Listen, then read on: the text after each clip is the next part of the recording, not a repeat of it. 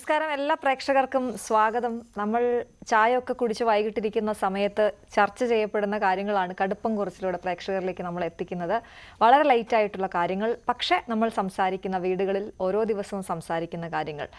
കഴിഞ്ഞ ദിവസം ഈ ഹരിപ്പാട് സ്വദേശിനിയായ സൂര്യയുടെ മരണം അത് അരളിപ്പൂ കഴിച്ചതുകൊണ്ടാണോ എന്ന ചോദ്യത്തിന് ഇതുവരെയും പൂർണ്ണമായിട്ടൊരു ഉത്തരം കിട്ടിയിട്ടില്ലെങ്കിലും അരളിച്ചെടി വിഷമയമാണ് എന്ന കാര്യം കൂടുതൽ പേരിലേക്ക് കൂടി എത്തിയിട്ടുണ്ട് എന്നുള്ളതാണ്. പല വീടുകളിലും സുലഭമായി കാണുന്ന അരളി ഇത്ര അപകടകാരിയാണോ എന്നാണ് എല്ലാവരും ചോദിക്കുന്നത്. അങ്ങനെ ഒരു വിഷച്ചെടി അങ്ങനെയെങ്കിൽ നട്ടു വളർത്തണമെന്ന ചോദ്യം ഉയരുന്നു. അബദ്ധത്തിൽ അത് കുഞ്ഞുങ്ങൾ കഴിക്കുകയാണെങ്കിൽ എന്ത് സംഭവിക്കും? എങ്ങനെ ഈ അപകടം ഒഴിവാക്കാം? ഈ കാര്യങ്ങളൊക്കെയാണ് നമ്മൾ ഇന്ന് ഈ സമയത്ത് സംസാരിക്കുന്നത്, അരമണിക്കൂർ സംസാരിക്കുന്നത്. നമുക്കൊപ്പം സംരംഭകനും മാംഗോ മെഡോസ് MD-യുമായ ശ്രീ NK കുര്യൻ ചേരുന്നു. ഒപ്പം മുൻ MLA-യും ഔഷധി ചെയർപേഴ്സണുമായ ശോഭന ജോർജും ഉണ്ട്. ഞാൻ ആദ്യം കുര്യൻ സാറിലേക്ക് പോവുകയാണ്. കുര്യൻ സാർ, ഒരുപാട് സസ്യങ്ങളെ സംരക്ഷിക്കുന്ന ഒരാൾ കൂടിയാണ്. മാംഗോ മെഡോസിൽ ഒരുപാട് സസ്യങ്ങളുണ്ട്, അവിടെ അരളിച്ചെടിയുണ്ട്. അരളിച്ചെടിയുടെ പ്രത്യേകതകളൊക്കെ എഴുതി വെച്ചിട്ടുമുണ്ട്. വിഷമയമാണ് അത് എന്ന് താങ്കൾ അവിടെ ബോർഡ് സ്ഥാപിച്ചിട്ടുമുണ്ട്. ഇപ്പോൾ ഇത്തരത്തിലൊരു മരണം സംഭവിച്ചപ്പോൾ നമുക്കൊക്കെ പേടിയാണ്. പക്ഷെ നമ്മളൊക്കെ വിചാരിക്കുന്നത് ഈ ചെറുതിലേ തൊട്ട് നമ്മൾ കാണുന്ന ചെടിയാണ്, വളരെ സർവ്വസാധാരണമായിട്ട് എല്ലാ വീടുകളിലും ഉള്ള ചെടിയുമാണ്. ഇത്രയും അപകടകാരിയാണോ അരളി എന്നുള്ള ചർച്ച ഇപ്പൊ കേരളത്തിൽ നടക്കുകയാണ്. എന്താണ് താങ്കൾക്ക് പറയാനുള്ളത്? അരളി മാത്രമല്ല, നമ്മുടെ സസ്യ സമൂഹത്തില് നിരവധി സസ്യങ്ങൾ ഈ വിഷമയമായ അതിന്റെ പല ഭാഗങ്ങൾ, ചിലത് എല്ലാ ഭാഗങ്ങളും വിഷമാണ്, ചിലത് കായ, ചിലത് പട്ട, ചിലത് കറ, അങ്ങനെയാണ് അതിന്റെ വ്യത്യസ്തപ്പെട്ടിരിക്കുക. അപ്പൊ ഇത് നമ്മൾക്ക് പൂജയ്ക്കെടുക്കുന്നത് സാധാരണ ചുവപ്പോ വെള്ളയോ ആയിട്ടുള്ള ഇതാണ്, അരളിയാണ്. പക്ഷെ മഞ്ഞ അരളി അതിനേക്കാൾ കഠിനമായ ഒരു വിഷമുള്ളതാണ്. ഇപ്പൊ കാഞ്ഞിരം, കുന്നി, വള്ളിക്കാഞ്ഞിരം, ചുവന്ന അരളി, കടലാവണക്ക് അല്ലെങ്കിൽ നഞ്ച് എന്ന് പറയുന്ന, നഞ്ചെന്ന് നാനാഴി എന്നൊക്കെ പറയുന്ന കടലാവണക്ക്, നീലയുമ്മം, ആവണക്ക്, അതുപോലെ തന്നെ ഉദളം, മഞ്ഞരളി, ഇങ്ങനെയുള്ളതെല്ലാം വിഷമാണ്. ഇതെല്ലാം ചെറിയ തോതിലെങ്കിലും ഇതിന്റെ അംശങ്ങൾ, ഏതെങ്കിലും അംശങ്ങൾ, കുരുവോ കായോ പട്ടയോ ഒക്കെ നമ്മുടെ ശരീരത്തിനുള്ളിൽ പ്രവേശിച്ചാൽ അത് മരണം വരെ സംഭവിക്കാം. അതിന്റെ മാക്സിമം മരണം വരെ സംഭവിക്കാം. ചിലർക്ക് നാഡീവ്യൂഹങ്ങൾ തളർന്നു പോകാം. ചിലത് ഇത് ശാസ്ത്രത്തിനപ്പുറം, ശാസ്ത്രീയമാണ് എന്ന് മാത്രമല്ല, ഇത് പ്രായോഗികമായി ആളുകൾ പണ്ട് മുതലേ, അതുകൊണ്ട് തന്നെ ഇതിനൊക്കെ നമ്മുടെ പൂർവികര് പഴഞ്ചൊല്ലുകളിലൂടെയും എന്താ പറയാ, ഉമ്മൻ കുരുക്കുകയില അല്ലെങ്കിൽ കാഞ്ഞിരത്തൻ ഗുരുവായൂർ, അങ്ങനെ ഓരോന്നിനും ഓരോ പഴഞ്ചൊല്ലിലൂടെ നമ്മളെ അറിയിച്ചിരുന്നു. ഇത് വിഷമാണ് എന്ന് അറിയിക്കത്തക്ക രീതിയിൽ ഒരു നാട്ടറിവ് നമ്മുടെ സമൂഹത്തിലുണ്ടായിരുന്നു. ഇപ്പൊ പുതിയ ഒരു രീതിയിലേക്ക് വന്ന് ജനങ്ങളെല്ലാം വ്യത്യസ്തമായ രീതിയിൽ അണുകുടുംബങ്ങളിലേക്ക് മാറി. ഇപ്പൊ ഇത് അവരുടെ പൂർവികർ അല്ലെങ്കിൽ അവരുടെ കാരണവന്മാരൊന്നും കൂടെ ഇല്ലാത്തൊരു സാഹചര്യത്തിൽ ഇത് പറഞ്ഞു കൊടുക്കാനുള്ള ഒരു സംവിധാനം ഇപ്പോ നമുക്ക് ഇല്ലാതാകും. അപ്പൊ ഈ ഒരു സാഹചര്യത്തില് നമുക്ക് ഒരു അവയർനെസ് ആവശ്യമാണ്. അതിനകത്ത് ഇപ്പൊ ഈ പറയുന്ന ന്യൂസ്18 ഇങ്ങനൊരു വിഷയം എടുത്തിട്ടത് ഒരു വലിയ കാര്യമായിട്ട് ഞാൻ കരുതുന്നു. 20 വർഷങ്ങൾ മുമ്പേ നമ്മളിത് ഈ വിഷയത്തെ കാണുകയും അതുപോലെ തന്നെ മാംഗോ മെഡോസിൽ ഇതെല്ലാം ബോർഡ് ചെയ്ത് ഇന്ന സസ്യങ്ങൾ വിഷമാണ്, ഇന്ന വിഷയങ്ങൾ നമ്മൾ ഇന്ന ഭാഗങ്ങൾ ഉപയോഗിക്കാൻ പാടില്ല എന്നെല്ലാം അവയർനെസ് കൊടുക്കത്തക്ക രീതിയിൽ ഇവിടെ വരുന്ന എല്ലാ സന്ദർശകർക്കും കാണത്തക്ക രീതിയിൽ നമ്മളത് ബോർഡ് ചെയ്തിട്ടുണ്ടായിരുന്നു. ഓരോ സസ്യങ്ങളും നട്ടു വളർത്തി അതിന്റെ പുറകിൽ എന്തൊക്കെയാണ് ഇതിനുള്ള ദോഷങ്ങൾ, ഗുണങ്ങൾ, ഇങ്ങനെയുള്ള കാര്യങ്ങളൊക്കെ നമ്മളിവിടെ ചെയ്തിട്ടുണ്ടായിരുന്നു. ഇത് ഇവിടെ വന്ന് വായിച്ചിട്ടുള്ള ഒരാളാണെങ്കിൽ ഉറപ്പായിട്ടും ഇതിന്റെ ഒരു കാഠിന്യം, അതായത് ഈ പറയുന്ന നമ്മുടെ അരളി എന്ന് പറയുന്നത് ഏറ്റവും വിഷമയമായ ഒരു കാര്യമാണ്. അത് അതിന്റെ പൂവോ കായോ തൊലിയോ ഈ കറയോ എന്ത് നമ്മുടെ ശരീരത്തിനുള്ളിൽ പോയ നാഡീവ്യൂഹത്തെയും അതിന്റെ വിഷാംശം ഉണ്ട് അതിന്റെ എല്ലാ ഭാഗത്തും എന്നാണ് താങ്കൾ പറയുന്നത്. ഞാൻ താങ്കളിലേക്ക് വരാം. ഇപ്പോൾ ഔഷധി ചെയർപേഴ്സൺ ശോഭന ജോർജ് കൂടി നമുക്കൊപ്പം ചേരുന്നുണ്ട്. ശ്രീമതി ശോഭന ജോർജ്, നമ്മൾ കഴിഞ്ഞ ദിവസം ഈ മരണം ഉണ്ടായപ്പോൾ, സൂര്യയുടെ മരണം ഉണ്ടായപ്പോൾ എല്ലാവരും മൂക്കത്ത് വിരൽ വെച്ച് ചോദിച്ച ഒരു ചോദ്യമാണ്, അരളിപ്പൂവിന് ഒരാളെ കൊല്ലാനുള്ളത്ര വിഷമുണ്ടോ എന്നൊക്കെയുള്ള കാര്യങ്ങൾ. നമ്മൾ നേരത്തെ ഇങ്ങനെ വിഷാംശം ഉള്ളിൽ ചെന്ന് ആശുപത്രിയിലേക്കൊക്കെ കൊണ്ടുപോയിട്ടുണ്ട്, അങ്ങനെയൊക്കെ നമ്മൾ കേട്ടിട്ടുണ്ടെങ്കിലും ഇങ്ങനൊരു മരണം സംഭവിക്കുമ്പോൾ നമുക്കത് ഏറ്റവും കൂടുതൽ നമുക്ക് റിലേറ്റ് ചെയ്യാൻ പറ്റുന്ന, നമ്മൾ എല്ലാവരും ചെയ്യുന്ന ഒരു കാര്യമാണ് സൂര്യൻ ചെയ്തത്. ഫോൺ ചെയ്യുമ്പോൾ അശ്രദ്ധമായിട്ട് നമ്മൾ എന്തെങ്കിലും സാധനങ്ങളൊക്കെ എടുത്ത് കടിക്കുക, വായിൽ വെക്കുക ഒക്കെ നമ്മൾ എല്ലാവരും ചെയ്യുന്നതാണ്. ചെടിയുടെ ഇല എടുത്ത് വായിൽ വെക്കുക. അങ്ങനെ ചെയ്ത ഒരു കുട്ടി പെട്ടെന്ന് ഇല്ലാതായി പോവുക എന്ന് പറഞ്ഞാൽ നമുക്ക് ചിന്തിക്കാൻ പോലും കഴിയുന്നില്ല. എന്താണ് താങ്കൾക്ക് ഈ വിഷയത്തിൽ പറയാനുള്ളത്? ശരിക്കും അത് വളരെ ഗൗരവമായ ഒരു വിഷയമായതുകൊണ്ടാണ് ഞാൻ അങ്ങനെ ഒരു പോസ്റ്റ് ഇട്ടത് തന്നെ. കാരണം ഈ സൂര്യ എന്റെ വീടുമായിട്ട് കുറച്ചു ദൂരം മാത്രമേ ഉള്ളൂ. അത്ര അടുത്ത് നടന്ന ഒരു സംഭവം, അതുകൊണ്ട് തന്നെ അത് കൂടുതൽ നമ്മുടെ ഹൃദയത്തിൽ പതിഞ്ഞു എന്ന് വേണം പറയാൻ. അത് വലിയൊരു ഇത്ര സീരിയസ് ആയിട്ടുള്ള ഒരു വിഷയമായി ഇത് ഇപ്പോഴെല്ലാവരും കാണുന്നു എന്ന് പറയുന്നത് ശരിക്കും സ്വാഗതാർഹമാണ്.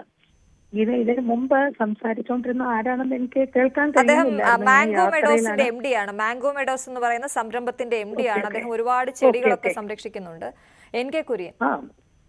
അപ്പൊ അദ്ദേഹം പറഞ്ഞ കാര്യങ്ങൾ ഞാൻ കുറച്ച് കേൾക്കാൻ എനിക്കിടയായി. 100% അദ്ദേഹത്തെ പോലെ അത്ര കൃത്യമായി പറയാനൊന്നും എനിക്കറിയില്ല. പക്ഷെ ഒരു കാര്യം മാത്രം അറിയാം, അരളി വിഭാഗത്തിൽപ്പെട്ട എല്ലാ ചെടിയും പൂവും കായും വേരും എല്ലാം തന്നെ വിഷാംശം ഉള്ളതാണ്. അത് കൂടുതൽ ഞാൻ ആ റിസർച്ച് വിങ്ങുമായിട്ട് സംസാരിച്ചപ്പോൾ ഔഷധിയുടെ എല്ലാ ഡോക്ടേഴ്സും ഒരുപോലെ പറയുന്നുണ്ട്. അപ്പൊ അതുകൊണ്ട് തീർച്ചയായിട്ടും പ്രത്യേകിച്ച് ഇതിന് വിലക്കുറവാണ് ഈ പൂവിന്. പിന്നെന്ന് പറയുന്നത് ഇത് വളരെ ഈസി അവൈലബിൾ ആണ്. പിന്നെ കണ്ട ഭയങ്കര ഭംഗിയാണ്. ഇപ്പൊ ഈ തമിഴ്നാട്ടിൽ നിന്നൊക്കെ വരുന്ന പൂവെന്ന് പറയുന്നത് വിഷാംശം ചേരുന്ന ലായനിക്കകത്ത് മുക്കി അതിന്റെ വിഷവും കൂടി ഇതിന്റെ കൂട്ടത്തിലുണ്ടെന്ന് ആലോചിക്കണം. ഇതൊക്കെ എന്ന് പറഞ്ഞ ഇപ്പൊ വിവാഹത്തിന് കല്യാണ പെണ്ണിന്റെ തലയിൽ വരെ വെക്കാനും പിന്നെ അതുപോലെ തന്നെ അലങ്കരിക്കാനും ഒക്കെ ആയിട്ട് ഇതിപ്പോ ഉപയോഗിക്കുക. അതുപോലെ തന്നെ നിവേദ്യത്തിൽ ഇപ്പോ ഗുരുവായൂർ ദേവസ്വം ബോർഡ് പ്രസിഡന്റിനോട് ഞാൻ കഴിഞ്ഞ ദിവസം സംസാരിച്ചിരുന്നു. അദ്ദേഹം പറഞ്ഞു 2023 തന്നെ അരളി പൂവ് നിവേദ്യത്തിൽ, അതായത് ഏതൊക്കെ പൂവുകൾ ഉപയോഗിക്കാം എന്ന് പറയുന്ന ഒരു നിർദ്ദേശം കൊടുത്തു കഴിഞ്ഞിരിക്കുന്നു എന്ന് പറഞ്ഞു. അപ്പൊ അതുകൊണ്ട് തീർച്ചയായിട്ടും ഇതിന്റെ ഗൗരവം നമ്മുടെ എല്ലായിടത്തും വേലിക്ക് പോലും ഇപ്പം വെക്കുന്നത് ഇതിന്റെ ഭംഗിയും അതുപോലെ വളരും, ഏത് കാലാവസ്ഥയിലും വളരും. നമ്മൾ പ്രത്യേകിച്ച് അതിനെ പരിപാലിക്കണമെന്നൊന്നുമില്ല. ആ ഒരു സാഹചര്യത്തില് വളരെ ഗൗരവത്തോടു കൂടി തന്നെ ഈ കാര്യത്തില് എല്ലാവരും ഇടപെട്ട് ഒരു ബോധവൽക്കരണം ഉണ്ടാക്കണം. അതാണ് എനിക്ക് പറയാനുള്ളത്. ശരി, ഇത് താങ്കൾ യാത്രയിലാണെന്ന് അറിയാമെങ്കിലും കുറച്ച് സമയം കൂടി ഞങ്ങൾക്കൊപ്പം തുടരണം. ശ്രീ NK കുര്യൻ, ഇപ്പോൾ ശ്രീമതി ശോഭന ജോർജ് പറഞ്ഞതുപോലെ വളരെ പ്രധാനപ്പെട്ട കാര്യം ഈ ചെടിയെ നമ്മൾ വലുതായിട്ട് സംരക്ഷിക്കേണ്ട കാര്യമില്ല എന്നുള്ളതാണ്. നമ്മുടെ റോഡ് സൈഡിൽ ഈ NH-ലൊക്കെ നമ്മൾ നട്ടുപിടിപ്പിക്കുന്നതും ഈ അരളിപ്പൂവാണെന്നുള്ളതാണ്. അപ്പോൾ അതിന് പ്രത്യേക സംരക്ഷണമൊന്നും വേണ്ട എന്നുള്ളത് കൊണ്ടായിരിക്കാം ചിലപ്പോൾ. അതുപോലെ ഏത് കാലാവസ്ഥയിലും ഇത് വളരും എന്നൊക്കെ വായിച്ചിട്ടുണ്ട്. അപ്പോൾ അതുകൊണ്ടായിരിക്കാം. പക്ഷേ ഇങ്ങനെ ഒരു വിഷമുള്ളൊരു ചെടി അതിനെ ഇങ്ങനെ പ്രോത്സാഹിപ്പിക്കേണ്ട കാര്യമുണ്ട്, അതിനെ ഒഴിവാക്കരുതോ എന്നുള്ളതാണ് ഒരു ചോദ്യം. ഇത് നമുക്ക് പ്രോത്സാഹിപ്പിക്കാതിരിക്കാനും കഴിയില്ല. കാരണം നമ്മൾ വിശ്വാസപരമായി നമ്മുടെ ഓരോ ദേവതമാർക്കും ഓരോ പുഷ്പങ്ങളാണ് പൂജയ്ക്ക് അർപ്പിക്കുന്നത്. അതിലൊരു പുഷ്പമാണ് നമ്മുടെ ഈ പറയുന്ന അരളി എന്ന് പറയുന്ന പുഷ്പം.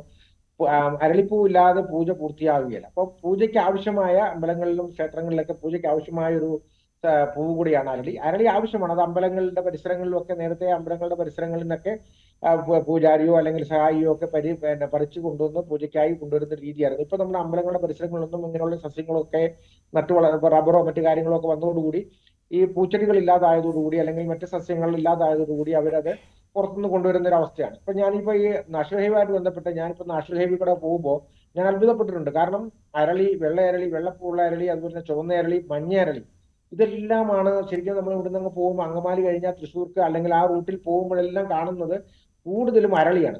ഏതാണ്ട് കിലോമീറ്ററോളം അരളി വെച്ചിരിക്കുന്നതാണ്. അപ്പൊ ഞാൻ പശുവൊക്കെ അതിനകത്ത് കയറി ഭക്ഷണം പുല്ല് തിന്നുന്നൊക്കെ എന്റെ ശ്രദ്ധയിൽപ്പെട്ടിട്ടുണ്ട്. പക്ഷെ ഞാൻ അപ്പോഴും വിചാരിക്കുമായിരുന്നു പശു തിന്നാലും പശു മരണപ്പെടാൻ നല്ല സാധ്യതയുള്ള ഒരു സസ്യമാണത്.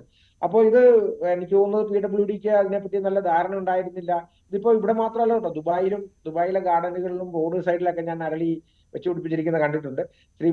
ഒന്ന് നമ്മളുടെ ആയുർവേദത്തെ തള്ളിപ്പറയുന്ന, ആയുർവേദ എന്ന ശാസ്ത്രത്തെ തന്നെ തള്ളിപ്പറയുന്ന ഒരു രീതിയുണ്ട്. അതിന്റെ നല്ല അംശങ്ങളെ, അതിന്റെ ആ അറിവുകളെ പുതിയ ശാസ്ത്രീയമായ നമ്മുടെ അലോപ്പതിയിലേക്ക് ഉൾക്കൊള്ളിക്കാതെ അല്ലെങ്കിൽ അതിനെ ഏറ്റെടുക്കാതെ നമ്മളിതിനെ തള്ളുകയാണ്. അത് അശാസ്ത്രീയമാണ് ആയുർവേദം എന്നുള്ള ഒരു വാദഗതിയിൽ കൂടി ഇതിന് അപകടകരമായിട്ടുണ്ടെന്ന് ഞാൻ വിചാരിക്കുന്നു. കാരണം പൊതുവായിട്ട് എല്ലാവരും ഏതെങ്കിലും രീതിയിൽ യുക്തിവാദികളോ മറ്റുള്ളവരോ ഒക്കെ പറയുന്നത് ഈ പറയുന്ന നമ്മുടെ ആയുർവേദം അശാസ്ത്രീയമാണ്. ഈ ഒരു വാദം ആ വാദം തന്നെ പ്രധാനപ്പെട്ട ഒരു ഘടകമാണ്. കാരണം അശാസ്ത്രീയമായ ഒരു കാര്യം വിഷമാണെന്ന് പറഞ്ഞാൽ അത് ശാസ്ത്രം പ്രകാരം തെറ്റാണെന്നാണ് അതിന്റെ അർത്ഥം. അപ്പൊ അങ്ങനെ അത് കാണുന്ന മനുഷ്യരിൽ തന്നെ ആയുർവേദമല്ല, അതൊന്നും വലിയ കാര്യമില്ല എന്നുള്ളൊരു തോന്നല് ഉണ്ടാക്കാം. ഇത് ആയുർവേദ ഡോക്ടർമാരായാലും ഗുരുക്കന്മാരായാലും പണ്ഡിതന്മാരായാലും ഒക്കെ നമുക്കിത് കൃത്യമായി ഇതെല്ലാം നോട്ടീസ് ചെയ്തിട്ടുള്ളതാണ്. ഈ ഏത് സസ്യത്തിലാണ്, ഏത് സസ്യത്തിന്റെ ഏത് ഭാഗത്താണ് വിഷം, എല്ലാം കൃത്യമായി രേഖപ്പെടുത്തിയിട്ടുള്ളതാണ്. അത് അനുസരിക്കാതെ അല്ലെങ്കിൽ അതിനെ ഉൾക്കൊള്ളാതെ നമ്മുടെ ആധുനിക വൈദ്യം അതിനെ തീരെ അവഗണിക്കുന്നതും ഈ ഒരു അവയർനെസ് ഉണ്ടാകാതിരിക്കുന്നതിന് കാരണമാണെന്ന് എനിക്ക് തോന്നുന്നു. ശ്രീമതി ശോഭന ജോർജ്, ഈ സൂര്യയുടെ കാര്യം ഞാൻ നേരത്തെ പറഞ്ഞതുപോലെ സൂര്യ ഫോൺ വിളിക്കുന്നതിനിടെ ഒരു പൂവെടുത്ത് ചവച്ചതിന് ശേഷം തുപ്പിക്കളഞ്ഞു. അത് ഇറക്കിയില്ല, പക്ഷെ നീര് ചിലപ്പോൾ പോയിട്ടുണ്ടാവാം. പക്ഷെ സൂര്യ തന്നെ ഡോക്ടറോട് സമ്മതിക്കുകയും ചെയ്തു. ബോധം കെട്ട് വീഴുകയും ഛർദ്ദിക്കുകയും ചെയ്തപ്പോൾ ഞാൻ ഇങ്ങനെ ഒരു പൂ കഴിച്ചിട്ടുണ്ടായിരുന്നു എന്ന് പറഞ്ഞു. സൂര്യ നഴ്സിംഗിന് പഠിച്ച കുട്ടിയാണ്. അപ്പോൾ അതുകൊണ്ട് തന്നെ പെട്ടെന്ന് അങ്ങനെ വല്ല ഒരു അറിവും ഉള്ളത് കൊണ്ടാണോ അത് പറഞ്ഞത്, അല്ലെങ്കിൽ ഇതിപ്പോൾ ലോകം ചർച്ച ചെയ്യുന്നത് എന്നൊക്കെ ഉള്ളതാണ്? അല്ലെങ്കിൽ ആരും പറയുമായിരുന്നു? ആരും അറിയില്ലായിരുന്നുവല്ലോ. അപ്പോൾ ഇത്തരത്തിലുള്ള ചർച്ചകൾ നടക്കുമ്പോൾ നമ്മൾ എല്ലായിടത്തുമുള്ള നമ്മുടെ കുഞ്ഞു കുട്ടികളെയൊക്കെ നമ്മൾ എപ്പോഴും പൂ കാണിച്ചാണ്, പുറത്തേക്ക് ഇറങ്ങി പൂവൊക്കെ കാണിച്ച് അവരെ ഭക്ഷണം കൊടുക്കുകയൊക്കെ ചെയ്യാറുണ്ട്. അപ്പോൾ അവരുടെയൊക്കെ കയ്യിലും ഇതുപോലെയുള്ള ഈ പൂവിൻ്റെ അംശം വരികയും അവർ വായിൽ വയ്ക്കുകയൊക്കെ ചെയ്താൽ അങ്ങനെയൊക്കെയുള്ള പേടിയും ആശങ്കയും ഇപ്പം ഭയങ്കരമായിട്ട് കൂടിയിട്ടുണ്ട് ഈ ഒരു മരണത്തിന് ശേഷം, സൂര്യയുടെ മരണത്തിന് ശേഷം. അത്രയും വില്ലനാണ് അരളി എന്നാണ്. അപ്പോൾ അത് അത്രയുള്ള ബോധവൽക്കരണം നേരത്തെ ഉണ്ടായിരുന്നോ എന്നൊരു ചോദ്യം കൂടി ഉയരുന്നില്ലേ? തീർച്ചയായിട്ടും എനിക്ക് പോലും ഉണ്ടായിരുന്നില്ല എന്ന് പറയുന്നതാണ് ശരി. ഈ സത്യം പറഞ്ഞാൽ സൂര്യയുടെ മരണത്തോടെയാണ് അത്. നേരത്തെ എപ്പോഴോ ഈ അരളിപ്പൂക്കള് വിഷമുള്ളതാണെന്ന് ഔഷധിയിലെ ഡോക്ടർമാരെ ഇതിനെക്കുറിച്ച് പല സമയത്തും നമ്മൾ സന്ദർഭമായി സംസാരിച്ച് കേട്ടിട്ടുണ്ട്. പക്ഷേ ഈ സൂര്യയുടെ മരണമാണ് നമുക്ക് അതിന്റെ ഒരു ഗൗരവം.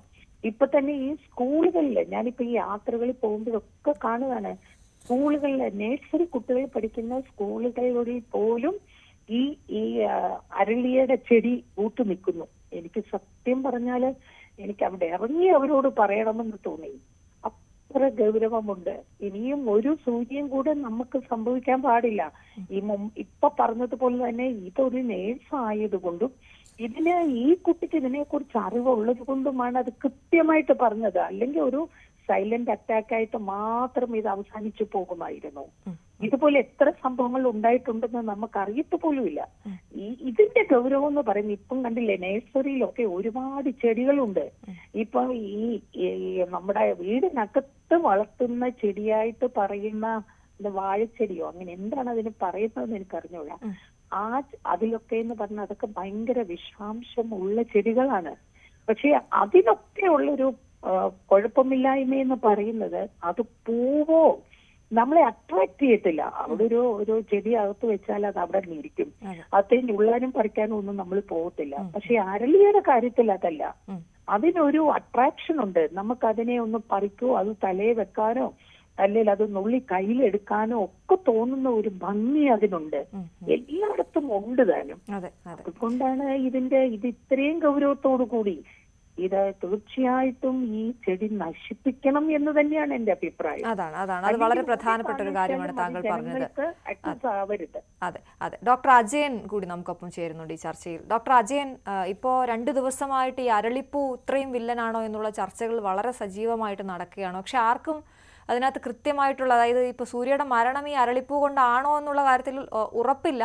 പക്ഷെ ഹൃദയാഘാതമാണ്. ഈ ഹൃദയാഘാതം ഹൃദയത്തിൻ്റെ പ്രവർത്തനത്തെയും ഈ അരളിപ്പൂവിൻ്റെ വിഷം ബാധിക്കുമെന്ന രീതിയിലും ചർച്ചകളൊക്കെ നടക്കുന്നുണ്ട്. എന്താണ് താങ്കൾക്ക് ഇതിനെക്കുറിച്ച് പറയാനുള്ളത്? ആയുർവേദ ശാസ്ത്രത്തിൽ അരളി ഒരു വിഷത്തിൽ തന്നെയാണ് പെടുത്തിയിരിക്കുന്നത്. ഉപവിഷവർഗം എന്ന് പറയുന്ന ഒരു കാറ്റഗറിയിലാണ് പെടുത്തിയിരിക്കുന്നത്. അപ്പോൾ അതൊരു പോയിസണസ് ആയിട്ടുള്ളത് തന്നെയാണ്. അപ്പോൾ അതിന് പല ഭാഗങ്ങൾ, പ്രത്യേകിച്ച് വേരും അതിന്റെ ബാർക്കുമാണ് കൂടുതൽ പോയിസണസ് ആയിട്ട് നമ്മുടെ ഗ്രന്ഥങ്ങളിലൊക്കെ പറയുന്നതും. അത് ശുദ്ധി ചെയ്തേ ഉപയോഗിക്കാവൂ എന്നുള്ള നിർദ്ദേശങ്ങളുണ്ട്. അപ്പോ നമുക്കിതിന്റെ സത്യാവസ്ഥ എന്താണെന്നുള്ളത് ഇനിയും തെളിയേണ്ടിയിരിക്കുന്നു. ഇതിലെ പൂവില് അങ്ങനെ ഒരു പഠനങ്ങളിലൂടെ അത്രയും വിഷാംശം നിലനിൽക്കുന്നതായിട്ട് കണ്ടെത്തിയിട്ടില്ല ഇതുവരെ. അങ്ങനെയുള്ള റിപ്പോർട്ടുകളൊന്നും നമ്മുടെ പഠനങ്ങൾ ശ്രദ്ധിക്കുമ്പോൾ നമുക്ക് കാണുന്നില്ല. പക്ഷെ ഇതിന്റെ പല ഭാഗങ്ങളും ഒരു കാർഡിയാക് ടോണിക് ആയിട്ട് ഉപയോഗിക്കുന്നുണ്ട്. നമുക്ക് മരുന്നായിട്ട് ഉപയോഗിച്ചു കഴിഞ്ഞാൽ അത് ഔഷധമായിട്ട് ഉപയോഗിക്കാവുന്നതുമാണ്. അപ്പൊ ഇത് ശുദ്ധി ചെയ്യാതെ നമ്മൾ ഒരിക്കലും ഉള്ളിലോട്ട് കഴിക്കരുതെന്ന് നിർദ്ദേശിക്കുന്ന ഒരു ദ്രവ്യമാണിത്. പിന്നെ നമ്മൾ ഇതില് അരളി ഒരുപാട് ഗുണങ്ങൾ നമുക്ക് ചെയ്യുന്നുണ്ട്. പ്രത്യേകിച്ച് പല പഠനങ്ങളും കാണിക്കുന്നത് നമ്മുടെ പ്രകൃതിയിലുണ്ടാകുന്ന അധികമായിട്ടുണ്ടാകുന്ന പല പൊല്യൂഷൻസ് ഉണ്ടല്ലോ. അപ്പൊ ഒരുപാട് ലെഡ് പൊല്യൂഷൻസ് പോലെയുള്ളത്, ക്രോമിയം, ഹെവി മെറ്റൽസ് പൊല്യൂഷൻസ്, അപ്പൊ ഇങ്ങനെയുള്ള പല പൊല്യൂഷൻസിനെയും ഒരു പരിധി വരെ നമുക്ക് തടയാനായിട്ട് അരളിക്ക് കഴിയും. അപ്പൊ ഇത്തരം അനാവശ്യമായിട്ടുള്ള സാധനങ്ങളെ വലിച്ചെടുക്കുക, ബയോ പെട്രോളിയം പ്രോഡക്ട്സുകൾ, ഇതിനെ വലിച്ചെടുത്തിട്ട് അത് വേറെ രീതിയിൽ കൺവേർട്ട് ചെയ്യുക. അങ്ങനെ ഫൈറ്റോ റെമഡിയേഷൻ ഏറ്റവും അനുയോജ്യമായ ഒരു ചെടിയായിട്ടാണ് നമ്മൾ ഇതിനെ കൺസിഡർ ചെയ്തിരിക്കുന്നത്. അതുകൊണ്ട് തന്നെയാണ് പലയിടത്തും ഇത് കൂടുതൽ വയ്ക്കുന്നതും ഒരു കാരണമാവാം. അപ്പൊ അങ്ങനെ നമുക്ക് ഈ അരളി വിഷമായതുകൊണ്ട് നമ്മൾ അതിനെ ഉടനെ എല്ലാം മാറ്റിക്കളയണം അവിടെ നിന്ന് എന്നുള്ളത് ഒരു ശരിയായിട്ടുള്ള ഇതല്ല. അപ്പൊ താങ്കൾ പറഞ്ഞ ആ പൊല്യൂഷൻ മാറ്റാനുള്ള കഴിവായിരിക്കും ഈ NH-ലൊക്കെ വെച്ച് പിടിപ്പിക്കുന്നത് അല്ലേ? അതെ അതെ, അതൊരെണ്ണം. പിന്നെ നമ്മുടെ ഈ സൈഡില് അങ്ങനെയുള്ള ഒരു ബുഷി പ്ലാന്റ് ആയതുകൊണ്ട് അപ്പുറത്തുനിന്ന് വരുന്ന പിന്നെ വാഹനങ്ങളുടെ ലൈറ്റ് ഒന്നും ഇപ്പുറത്തോട്ട് അടിക്കില്ല.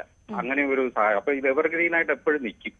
അത് മാത്രമല്ല, ഇതിന് അന്തരീക്ഷത്തിലുള്ള കുറച്ച് അനാവശ്യമായിട്ടുള്ള സാധനങ്ങളെയൊക്കെ കൺട്രോൾ ചെയ്യാനുള്ള കഴിവുണ്ടെന്നൊക്കെ പറഞ്ഞിട്ട് ഇപ്പൊ പഠനങ്ങൾ കാണുന്നുണ്ട്.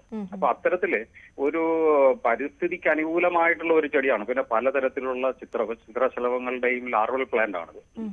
അപ്പം ഇങ്ങനെയൊക്കെയുള്ള ഒരു ഗുണങ്ങളുണ്ട്. അപ്പൊ നമുക്ക് അങ്ങനെ ഒരു കവിത തന്നെ ഉണ്ടല്ലോ, അരളിച്ചെടി തൻ നിലതന്നടിയിൽ അരുമക്കിങ്ങിണി പോലെ നമ്മൾ ചെറിയ ക്ലാസ്സിൽ പഠിച്ച. അതെ അതെ അതെ അതെ. അപ്പോ ഇത് പുറത്തേക്കാണ് നമുക്ക് അല്ലാതെ ശുദ്ധി ചെയ്യാതെ ഉപയോഗിക്കാൻ പറയുന്നത്. എന്തെങ്കിലും ഒരു കൃമിയോ അല്ലെങ്കിൽ ഫംഗൽ ഇൻഫെക്ഷൻ, ബാക്ടീരിയൽ ഇൻഫെക്ഷൻ, വളരെ എഫക്റ്റീവ് ആയിട്ടുള്ള ഒരു മെഡിസിൻ ആണ് ഇതിന്റെ ഇലയൊക്കെ. ഇട്ട് കഷായം വെച്ചിട്ട് ധാര ചെയ്യാനും ഇതിനൊക്കെ വേണ്ടി ഉപയോഗിക്കുന്നുണ്ട്. അപ്പൊ ഇങ്ങനെയുള്ള ഒരു പോയിസണസ് തിങ് ഉള്ളത് കൊണ്ടാണ് ഇതിനൊരു മെഡിക്കമെന്റ് ആയിട്ട് നമ്മൾ ഉപയോഗിക്കുന്നത്.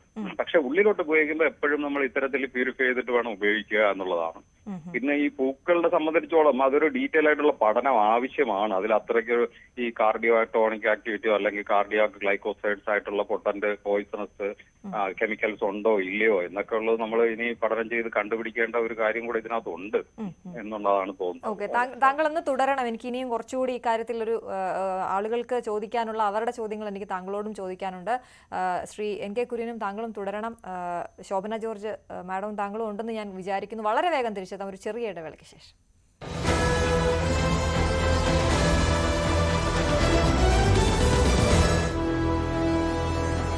ഐശ്വര്യത്തിന്റെയും സമൃദ്ധി.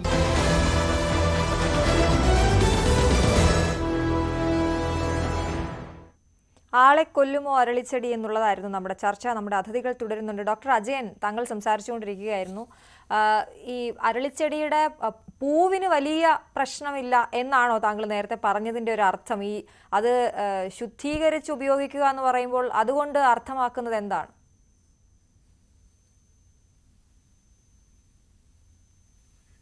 അത്രയ്ക്ക് അങ്ങനെയുള്ള ഒരു കെമിക്കൽ കോൺസ്റ്റിറ്റ്യൂൻസ് അതിൽ ഉറപ്പായിട്ടും ഉണ്ട്. കാർഡിയാക് ഗ്ലൈക്കോസൈഡ്സുകളായിട്ടുള്ള ചില ഘടകങ്ങൾ അതിനകത്തുണ്ട്. പക്ഷെ ഈ പോയിസണസ് എഫക്ട് വലിയ രീതിയിൽ ഉണ്ടാക്കുന്ന സാധനങ്ങൾ അത്രയ്ക്ക് നമുക്ക് കണ്ടെത്തിയതായിട്ടുള്ള ഒരു പഠനങ്ങൾ കാണിക്കുന്നില്ല ഇതിനകത്ത്. പിന്നെ അത് മാത്രമല്ല, ഇത് നമുക്ക് ചെറിയ സാധനങ്ങളാണെങ്കിൽ പോലും പോയിസണസ് ഉണ്ടെങ്കിലും അത് അതിമാത്രത്തിൽ ഉള്ളിൽ പോയി കഴിഞ്ഞു കഴിഞ്ഞാൽ അത് ഒരു പ്രശ്നം തന്നെ ഉണ്ടാക്കാം. ഇത് എല്ലാ ചെടികളിലും ഉണ്ടാവാം. ഇപ്പൊ നമ്മളെ എരുക്കിന്റെ പൂവുകളിലും അത്തരത്തിലുള്ള പ്രശ്നമുണ്ട്. ഇപ്പൊ ഇങ്ങനെ അസ്ക്ലിപ്പിഡിയസെ പോലുള്ള ഫാമിലിയിൽ വരുന്ന സാധനങ്ങളിലെല്ലാം ഇത് വരാനുള്ള സാധ്യതകൾ കൂടുതലുണ്ട്. ഇപ്പൊ അഡീനിയം എന്ന് പറയുന്ന ഒരു ചെടി നമ്മൾ നടുന്നുണ്ടല്ലോ വീടുകളിലൊക്കെ, ബോൺസായി പോലെയൊക്കെ എല്ലാ വീടുകളിലും ഇപ്പൊ കാണാൻ പറ്റും. അതിന്റെ പൂക്കൾ ഇതേ സ്വഭാവത്തിലുള്ളതാണ്. അപ്പോ ഇത്തരം എല്ലാ ചെടികളുടെയും പല ഭാഗങ്ങളിലും ചില അനാവശ്യമായിട്ടുള്ള ഘടകങ്ങൾ ഉണ്ടാവും. അതിന്റെ സംരക്ഷണത്തിന് വേണ്ടി അത് ഉണ്ടാക്കുന്നതാണ്. അപ്പൊ ഇതിന് വേണ്ടത് നമ്മൾ ബോധവൽക്കരണം ചെയ്ത് ആളുകളിൽ മനസ്സിലാവേണ്ടതാണ്. ഈ ചെടികളിൽ പലതരത്തിലുള്ള ഇത്തരം അനാവശ്യ ഘടകങ്ങളോ അല്ലെങ്കിൽ പോയിസണസ് ആയിട്ടുള്ള എലിമെന്റ്സുകളോ ഉണ്ടാവും. അതിനൊന്നും നമ്മൾ അങ്ങനെ ഉപയോഗിക്കാൻ പാടില്ല. പക്ഷെ അവ പ്രകൃതിയിൽ വളരെയധികം ഉപയോഗങ്ങൾ നമുക്ക് ഉണ്ടാക്കുന്നതാവാം. അതിനെപ്പറ്റി നമ്മൾ കൂടെ ചിന്തിക്കേണ്ടതുണ്ട്. മനുഷ്യന് വേണ്ടി മാത്രമല്ലല്ലോ പ്രകൃതിയിൽ ഒരു വസ്തുവിനെ ഉണ്ടാക്കുന്നത്. അപ്പൊ നമ്മൾ അങ്ങനെയുള്ള പല ഘടകം, ഇപ്പൊ ഉമ്മത്തിന്റെ പൂക്കള് പോയിസണസ് ആയിട്ടുള്ളതാണ്. അപ്പൊ ഇത്തരം ഒരുപാട് ചെടികൾ നമുക്ക് പോയിസണസ് ആയിട്ടുള്ള പൂക്കൾ അത് ഉണ്ടാകും. അത് അതിന്റെ ഒരു പ്രൊട്ടക്ഷൻ ഘടകമായിട്ടാണ് ഉണ്ടാക്കുന്നത്.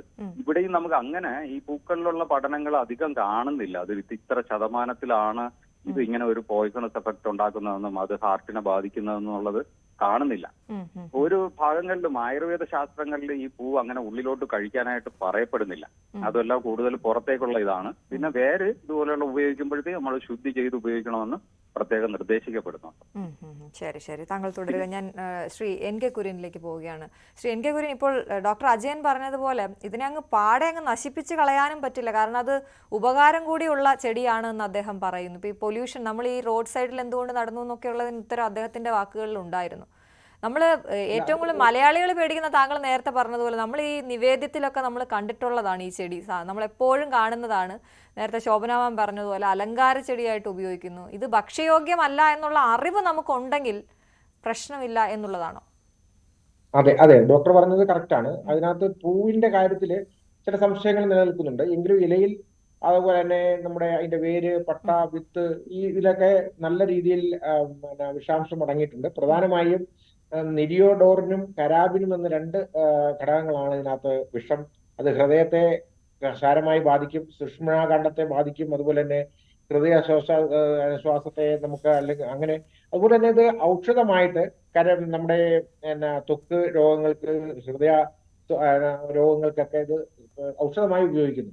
ഇത് നമുക്ക് ഒരു ശത്രുവല്ല. പക്ഷേ നമ്മൾ ഇതിന്റെ അവയർനെസ് കൊടുക്കുന്നില്ല. നമ്മുടെ സമൂഹത്തിൽ നിന്നും ചെടികളെ പറ്റിയും മരങ്ങളെ പറ്റിയുള്ള അറിവ് ഏതാണ്ട് പൂർണ്ണമായി ഇല്ലാതായിരിക്കുന്നു. പുതുതലമുറയ്ക്കും അല്ലെങ്കിൽ നമ്മുടെ ഈ പുതുതലമുറയ്ക്കടക്കമുള്ള തലമുറകൾ, നമ്മുടെ പഴയ തലമുറയ്ക്ക് മാത്രമേ ഇതിനെപ്പറ്റി ഒരു ധാരണയുള്ളൂ. ആ ധാരണ നമ്മൾ ഉണ്ടാക്കി കൊടുക്കുക എന്നുള്ളതാണ് ചെയ്യേണ്ടത്. ഈ പറയുന്ന റോഡ് സൈഡിൽ വെച്ചിരിക്കുന്നത് എല്ലാവർക്കും അതിനെപ്പറ്റി ഒരു ധാരണ ഉണ്ടാവില്ല. അതേ കാര്യത്തിന് നമുക്ക് മറ്റു ചെടികൾ വെക്കാം. അപ്പോൾ അല്ലെങ്കിൽ അവിടെ ബോർഡ് വെക്കണം, അത് ഇങ്ങനെയാണ്, ഇത് ഈ ഇലയോ ഇതിന്റെ പൂവോ ഒന്നും കഴിക്കരുത്, ഇത് വിഷമുള്ളതാണ്. പശു മാടും ഒക്കെ അതിനകത്ത് കയറി പോകും, അത് അങ്ങനെ ചത്തുപോവുകയൊക്കെ ചെയ്തതായിട്ട് എനിക്കറിയാൻ കഴിഞ്ഞിട്ടുണ്ട്. അപ്പോൾ ഇത് അതുപോലെ തന്നെ നമുക്ക് പ്രത്യേകം ശ്രദ്ധിക്കേണ്ട ഒരു കാര്യമാണ്. അരളിപ്പൂ പോലെ തന്നെ കുട്ടികളിൽ ഏറ്റവും പ്രധാനമായിട്ടും ആകർഷിക്കുന്ന ഒരു സാധനമാണ് കുന്നിക്കുരു, മഞ്ചാടിക്കുരു. മഞ്ചാടിക്കുരു ഒരു പ്രശ്നമില്ലാത്ത സാധനമാണ്, നമ്മൾ ഭക്ഷ്യയോഗ്യമാണ്. പക്ഷെ കുന്നി ഒരു കൊടും വിഷമാണ്. കുന്നിയുടെ 1-2 കുന്നിക്കുരു കഴിച്ചാൽ ഒരു മനുഷ്യനെ കൊല്ലാനുള്ള വിഷം അതിനകത്തുണ്ട്, പ്രത്യേകിച്ചും വെള്ളക്കുന്നി. അപ്പൊ ഇങ്ങനെയുള്ള കാര്യങ്ങൾ, കുന്നിയൊക്കെ നമ്മൾ കുപ്പിയിലൊക്കെ ഇട്ട് കുട്ടികൾ കളിക്കാനും പണ്ടൊക്കെ എണ്ണം പഠിക്കാനൊക്കെ നമ്മൾ സൂക്ഷിച്ചിരുന്നതാണ്. അപ്പൊ ഈ ഒരു കാര്യത്തില് ഇങ്ങനെയുള്ള കാര്യങ്ങൾ പണ്ട് നമുക്കെല്ലാം അറിയാമായിരുന്നു, ഇപ്പൊ അതിനെപ്പറ്റി ഒരു ധാരണയില്ല. ഇത് മാധ്യമങ്ങളടക്കം ഡോക്ടർ സംസാരിച്ചതുപോലെ തന്നെ എല്ലാവരിലേക്കും ഒരു അറിവ്, നമുക്ക് ഈ സസ്യങ്ങളെല്ലാം നമുക്ക് ആവശ്യമാണ്, നമ്മുടെ പ്രകൃതിക്ക് ആവശ്യമാണ്, നമ്മുടെ മനുഷ്യന് ആവശ്യമാണ്. ഈ കാര്യങ്ങളെല്ലാം നമ്മളെ പരസ്പര പൂരകങ്ങളാണ്, അതൊരിക്കലും നശിപ്പിക്കാൻ നമുക്ക് സാധിക്കില്ല. പക്ഷെ നമ്മൾ അതിന് അവയർനെസ് ചെയ്യുക, എല്ലാവരെയും അറിയിക്കുക, ഇങ്ങനെയുള്ള പ്രശ്നങ്ങളുണ്ട്, ഇന്ന കാര്യത്തിനാണ്, നല്ലതിനുണ്ട് ചീത്തയ്ക്കും ഉണ്ട് എന്നുള്ളത് അവരെ പറഞ്ഞു മനസ്സിലാക്കുകയും പുതുതലമുറ പാഠ്യപദ്ധതിയിലടക്കം നമ്മുടെ സ്കൂളിലെ പാഠ്യപദ്ധതി, സാമൂഹ്യ പാഠത്തിലോ അല്ലെങ്കിൽ ജീവശാസ്ത്രത്തിലോ ഏതെങ്കിലും ഒരു പാഠ്യപദ്ധതിയില് നമ്മുടെ സസ്യങ്ങൾ, നമ്മുടെ ഭൂമിയിലുള്ള വിഷം നൽകുന്ന, മരണ കാരണമാകുന്ന അല്ലെങ്കിൽ അപകടകരമാകുന്ന സസ്യങ്ങളെ പറ്റി അവയർനെസ് കൊടുക്കുക, പാഠങ്ങൾ ഉൾപ്പെടുത്തുക, ഇങ്ങനെയുള്ള കാര്യങ്ങൾ. അതുപോലെ തന്നെ ബോർഡുകൾ, വഴിയോരങ്ങളിൽ ഇത് വെക്കുന്നുണ്ടെങ്കിൽ അവിടെ ബോർഡ് വെക്കുക, അങ്ങനെയുള്ള കാര്യങ്ങൾ. അതുപോലെ തന്നെ പാർക്ക് പോലുള്ള കാര്യങ്ങൾ, ഇപ്പൊ മാങ്ങോസ് ചെയ്തു മറ്റു പാർക്കുകളിൽ ഇങ്ങനെയുള്ള സസ്യങ്ങൾ ഉണ്ടെങ്കിൽ അത് ആ രീതിയിൽ പ്രദർശിപ്പിക്കുക. ഇങ്ങനെയൊക്കെ ചെയ്തു കഴിഞ്ഞാൽ ഈ പുതിയ തലമുറയിലേക്ക് ഈ ഒരു ഐഡിയ പോവുകയും ഈ ഒരു കാര്യം, ഒരു ഇൻഫർമേഷൻ പോവുകയും അത് അവര് കൂടുതൽ എന്താ പറയാ നമ്മൾ ശ്രദ്ധിക്കാനായിട്ട് ഇടവരികയും ചെയ്യും. ഇതില്ലാത്തതാണ്. ഇപ്പൊ ഇത് ന്യൂസ് 18ന്റെ ഒരു വലിയ ഉദ്യമമാണ്. അതിനെ എന്താ പറയാ 100% ഞാൻ അതിനെ. Thank you sir. നമ്മൾ അവസാനിപ്പിക്കുന്നതിന് മുമ്പ് ഡോക്ടർ അജയനിലേക്ക് ഒരിക്കൽ കൂടി. ഡോക്ടർ അജയൻ, ഈ നമ്മൾ വിഷം വാങ്ങിച്ച് കഴിക്കാൻ പൈസ ഇല്ലെന്നൊക്കെ പറയുമ്പോൾ നമ്മുടെ ഈ ചർച്ച വേറെ രീതിയിലോട്ട് പോകാൻ പാടില്ല. കാരണം ഈ അരളിപ്പൂ വിഷമാണ് എന്നുള്ള സാധനം നമ്മൾ കുറേ ആളുകൾക്ക് പറയണം. ആത്മഹത്യയൊക്കെ ദിനം പ്രതി കൂടി വരുന്നൊരു സംസ്ഥാനമാണ് നമ്മുടേത്. അത് മാറ്റി നിർത്തിക്കൊണ്ട് ഞാൻ ചോദിക്കുകയാണ്, എന്തുകൊണ്ടാണ് സൂര്യയെ രക്ഷിക്കാൻ പറ്റാത്തത് എന്നുള്ളൊരു ചോദ്യം അത് അവശേഷിക്കുന്നുണ്ട്. സൂര്യ കൃത്യമായി പറഞ്ഞു ഞാൻ അരളിപ്പൂ, അപ്പോൾ ആ വിഷം അത്രത്തോളം എഫക്ട് ചെയ്തു എന്ന് വേണോ നമ്മൾ വിചാരിക്കാൻ? അതെ. ഇങ്ങനെയുള്ള അതിലൊക്കെയാണ് നമ്മുടെ പരമ്പരാഗതമായ അറിവുകളുടെയും ആയുർവേദ ശാസ്ത്രത്തിന്റെയും പ്രസക്തി. അപ്പൊ ഇത്തരം ഒരു വിഷ സ്വഭാവമുള്ള ഒരു സസ്യത്തിന്റെ ഏതെങ്കിലും ഭാഗം ഉള്ളിലോട്ട് പോയിക്കഴിഞ്ഞാൽ എന്ത് ചെയ്യണമെന്നുള്ള അതിന്റെ പ്രതിവിധി, മറുമരുന്നുകൾ നമ്മുടെ ആയുർവേദ ഗ്രന്ഥങ്ങളിലുണ്ട്. അപ്പൊ പണ്ട് കാലത്ത് ഇത് നടന്നിരുന്നിരിക്കാം. അപ്പൊ അതുകൊണ്ട് തന്നെ ഈ ഗ്രന്ഥങ്ങളിലെല്ലാം വളരെ വ്യക്തമായിട്ട് ഇതിന്റെ നിർദ്ദേശമുണ്ട്. അപ്പൊ നമുക്ക് ഇതിനകത്ത് ചെയ്യാവുന്നതെന്ന് പറഞ്ഞു കഴിഞ്ഞാൽ പശുവിന്റെ പാലാണ് ഇതിനകത്ത് പ്രധാനമായിട്ടും പറയുന്നത്. അപ്പൊ അങ്ങനെ ആരെങ്കിലും കഴിച്ചു എന്നുള്ള ഒരു ഇൻഫർമേഷൻ നമുക്ക് കിട്ടുകയാണെങ്കിൽ പെട്ടെന്ന് തന്നെ ചെറിയ അളവിന് നമ്മൾ ചൂട് പാല് ഉള്ളിലോട്ട് കൊടുക്കുക, കുറേശ്ശെ കുടിക്കുക. ഉടനെ തന്നെ അടുത്തുള്ള ഹോസ്പിറ്റലിലോ അല്ലെങ്കിൽ ഏതെങ്കിലും ഡോക്ടറെ കണ്ടിട്ട് ഇത് ചെയ്യണം. അപ്പൊ അതിനകത്ത് നമുക്ക് ഛർദ്ദിപ്പിക്കുക എന്നൊക്കെ പറയുന്ന നമ്മുടെ ആധുനിക ശാസ്ത്രങ്ങളിൽ ചെയ്യുന്ന വഴികളിൽ പലതും ഇതിനകത്തും പറയുന്നുണ്ട്. അപ്പൊ അത്തരത്തില് ഉള്ള ക്രമങ്ങളിലോട്ടാണ് പോവേണ്ടത് നമ്മൾ. പിന്നെ നമുക്ക് ഹൃദയത്തിനെ സംരക്ഷിക്കുന്ന ഔഷധങ്ങൾ നൽകാനും ഒക്കെ ഉള്ള നിർദ്ദേശമുണ്ട്. അപ്പൊ ഇതിന്റെ എല്ലാം കൂടെ നമ്മൾ ഏറ്റവും പ്രധാനമായിട്ട് മനസ്സിലാക്കേണ്ടത് നമ്മുടെ സമൂഹത്തിന് പ്രകൃതിയിലുള്ള വസ്തുക്കളെ പറ്റിയുള്ള അറിവുകൾ നമ്മുടെ കുട്ടികളിൽ കുറഞ്ഞുകൊണ്ടിരിക്കുകയാണ്. അപ്പൊ നമ്മുടെ ഇന്നുള്ള പഠന രീതിയിൽ നമ്മൾ പലപ്പോഴും ഇൻക്ലൂഡ് ചെയ്യപ്പെടുന്നത് വലിയ വലിയ ആധുനിക പഠനങ്ങളാണ്. അപ്പൊ ഇത്തരം പ്രകൃതിയുമായി ബന്ധപ്പെട്ട ചെറിയ പഠനങ്ങളെങ്കിലും സ്കൂൾ തലത്തിൽ കുട്ടികളെ ബോധവൽക്കരിച്ച് കൊണ്ടുവരേണ്ട ഒരു വലിയ ആവശ്യകത കൂടെ നമുക്കുണ്ട്. തീർച്ചയായും നമ്മുടെ സമയം ഇവിടെ പൂർണ്ണമാവുകയാണ്. എന്തായാലും അരളിയുടെ കാര്യത്തിലും അവബോധമാണ്, അറിവാണ് ഏറ്റവും പ്രധാനമെന്നാണ് നമ്മുടെ അതിഥികൾ നമ്മളോട് പറഞ്ഞ് മനസ്സിലാക്കി തന്നത്. 3 അതിഥികൾക്കും നന്ദി പറയുകയാണ്. മറ്റൊരു വിഷയമായി വീണ്ടും കാണാം. നമസ്കാരം.